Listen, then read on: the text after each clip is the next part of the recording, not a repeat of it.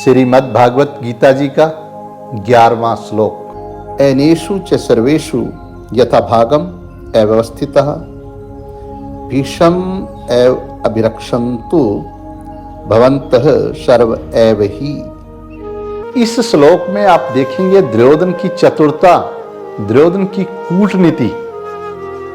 इसमें दुर्योधन क्या कहता है कि हे आचार्य, हमारी सेना अपने अपने मोर्चों पर खड़ी रहकर भीष्म पितामह की रक्षा करे, यह हमारा परम कर्तव्य बनता है कि भीष्म पितामह को किसी भी प्रकार की क्षति नहीं पहुंचनी चाहिए। ऐसा क्यों कहते हैं? ऐसा इसलिए कहता है दुर्योधन क्योंकि पिछले श्लोक में आचार्य से कहते हैं कि भीष्म पितामह द्वारा हमारी पूरी सेना को सुरक्षित किया जा रहा है, पूरी सेना उनके हाथ में सुरक्षित है।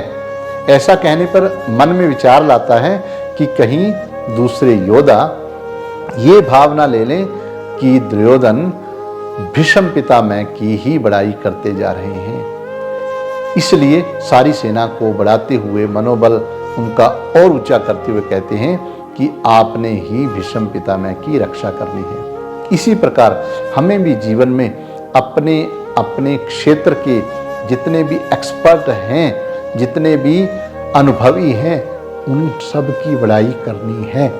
अगर हम किसी एक की बड़ाई करते हैं तो हमारे दूसरे क्षेत्र के, दूसरे विभागों के जो पदाधिकारी होते हैं वो मन में ये सोच लेते हैं कि हमें सम्मान नहीं दिया जा रहा। इसी कूटनीति का प्रयोग करते हुए दुर्योधन अपने सभी क्षेत्रों के सभी मोर्चों पर खड़े सैनिकों का मनोबल बढ़ाते हैं कि आपने ही भीष्म पितामह की रक्षा करनी है। ऐसा कहने से सारी सेना के अंदर मनोबल बढ़ जाता है। और अगर हम भी ऐसा करेंगे, हमारे भी सभी प्रकार के सभी विभागों के मुखी जब हम उनको बढ़ाई देंगे, सम्मान देंगे, वो भी पूरी तरह से एकजुट होकर हमारे लिए कार्य करेंगे। तभी हमें यह संसार के जितने भी क्षेत्र हैं उनमें विजय हासिल हो जाएगी।